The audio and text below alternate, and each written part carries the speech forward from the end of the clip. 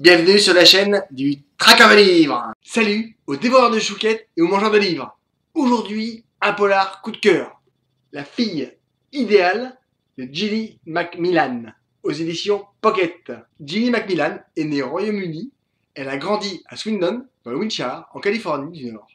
Elle fait des études en histoire de l'art à l'université de Bristol, puis à l'Institut Courtauld de l'Université de Londres. Elle a travaillé pour The Burlington Magazine, à la Hayward Gallery et comme professeure de photographie dans le secondaire. Depuis, elle a travaillé comme chargée de cours en photographie. Elle vit maintenant à Bristol avec son mari et leurs 3 enfants et écrit à temps plein. Ses 3 romans sont traduits.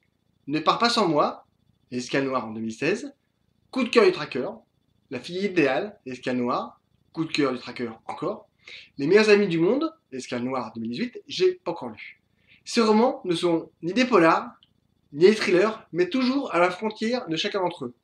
Passionnant, ils nous plongent dans des univers bouleversants, au plus proche de chaque personnage et au plus près des histoires qui, à chaque fois, nous happent et nous kidnappent littéralement. La fille idéale de Gilly Macmillan, coup de cœur du tracker. Dimanche 24 août 2014, Zoé Maisey et Lucas Kennedy interprètent un concert au piano à l'église de Holy Trinity Church, Westbury-on-Tyne, à Bristol. Zoé est un prodige, un diamant brut qui se transcende sur les touches de son piano. Ce concert, c'est un peu comme une nouvelle chance, une renaissance qui lui ouvre de nouveau les portes de la vie. C'est aussi une énorme charge de travail avec la famille de la deuxième chance. Un nouveau départ, une nouvelle famille, un demi-frère, Zach, et pour unir tout ce petit monde, une nouvelle sœur, Grace, qu'elle aime tendrement. Les doigts des pianistes courent sur les touches, les notes éclatent et les morceaux résonnent dans la nef, dans une magnifique synchronisation. À cet instant, un homme surgit et avance dans les travées. Il tangue et semble hors de lui. Son visage est congestionné et déformé par une souffrance brutale et écrasante. Insensible à la beauté de la musique, il avance vers les artistes et se fige. L'homme se met à hurler. C'est une mascarade. Une mascarade. C'est honteux, scandaleux. Zoé est enfermée dans sa bulle et ne l'entend pas. Elle poursuit le morceau alors que Lucas, lui, s'est pétrifié. C'est le fait de ne pas entendre Lucas poursuivre qui donne la première alerte. Zoé vient de voir l'homme. Elle prend peur, elle craint qu'il ne lui fasse du mal. C'est Monsieur Barlow. Il a toutes les raisons d'être hors de lui. Zoé a tué sa fille. Dans une autre vie, des années plus tôt, Zoé a commis une erreur qui a entraîné un drame. Elle ne l'a pas voulu, mais c'est arrivé. Et elle a payé très cher cette erreur. Dans la famille de la deuxième chance, c'est un peu comme une grenade jetée au beau milieu d'une vie parfaite. Une bombe à fragmentation qui déchire tout sur son passage. Zoé et sa mère avaient gardé pour elle ce secret si dur à porter. Ce concert était censé démarrer pleinement une nouvelle vie. Elle va en détruire une autre. Quelqu'un meurt. La police enquête et lève le voile sur un passé enfoui. Zoé doit repasser par tous les stades. Elle sait comment cela fonctionne. La police questionne, écrit, tranche et interprète comme elle le désire. Elle appelle Sam, le seul en qui elle ait toute confiance, le seul aussi qui connaît tout sur son passé. Elle n'a confiance qu'en lui.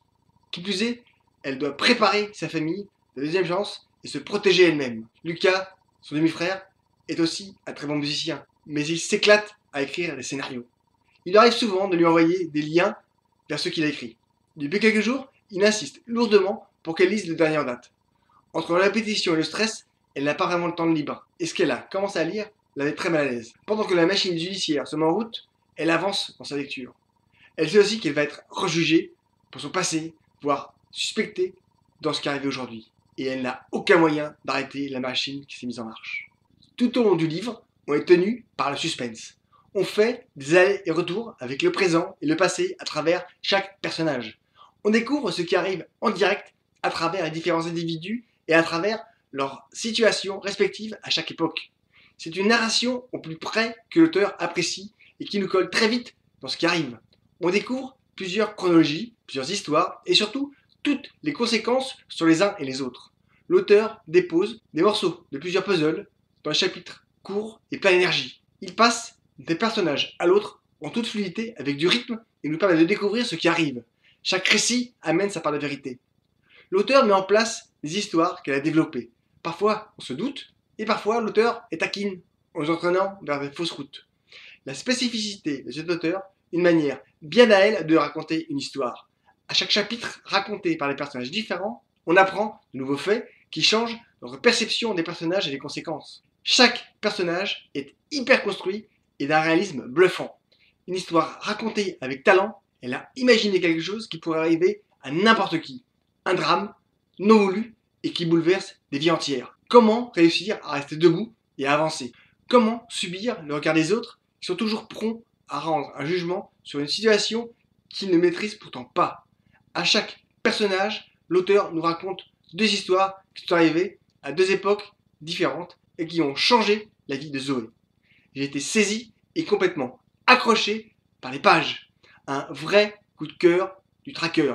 Lisez, likez, commentez, partagez, abonnez-vous. C'est gratis. Moi c'est Chouquette. À bientôt. Salut. La fille idéale de Gilly Macmillan aux éditions Pocket.